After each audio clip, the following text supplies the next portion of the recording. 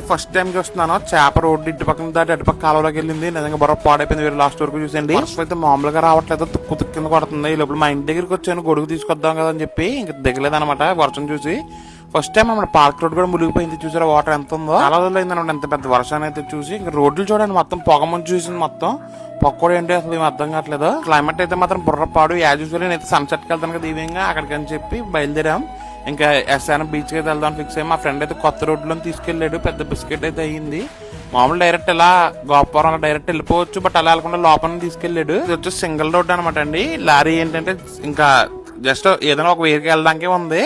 వీళ్ళు ఎవరైనా చెరువులు దింపుతున్నారు, పిల్లలు దింపుతున్నారు అనమాట. చాలా పిల్లలు ఇటు సైడ్ మొత్తం కూడా ఎక్కువ ఏంటంటే చెరువు చేపలు అనమాట అండి. ఇంకో పిల్ల దిగుతుంది చూసి చేప పిల్ల, దీన్ని బట్టుకు అలా చెరువులు వేస్తారనమాట. ఈ లోపల వాళ్ళు ఏంటంటే వెన్న తీసేస్తామని చెప్పారు. ఇంక వెయిట్ చేసాం అనమాట. 15 minutes 20 minutes తీసారు.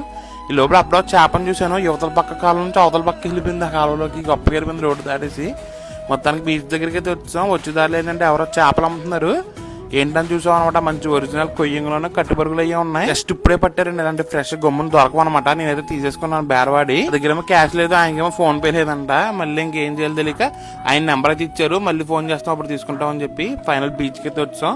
ఎస్ఆర్ఎం బీచ్ లో ఏంటంటే ఇలా హట్స్ కింద ఉంటాయి అనమాట. వర్షం వచ్చినా కూడా ఇలా హట్స్ లో అయితే మనం కూర్చోవచ్చు. బీచ్ అయితే మామూలుగా లేదు, పర్ఫెక్ట్ క్లైమేట్ అనమాట. వర్షం వచ్చినా ఏది వచ్చినా సరే మన అయితే సన్సెట్కి వెళ్ళడానికి ఇలా ఈవినింగ్ వెళ్ళడానికి అయితే ఆపదనమాట. గొడుగులు వేసి మరి వెళ్ళిపోతాం. అంత పిచ్చి నాకంటే. ఎందుకంటే ఉన్నది ఒకటి లైఫ్, ఏం చేసినా ఏం చూడాలని ఈ లైఫ్ లో చూడాలి.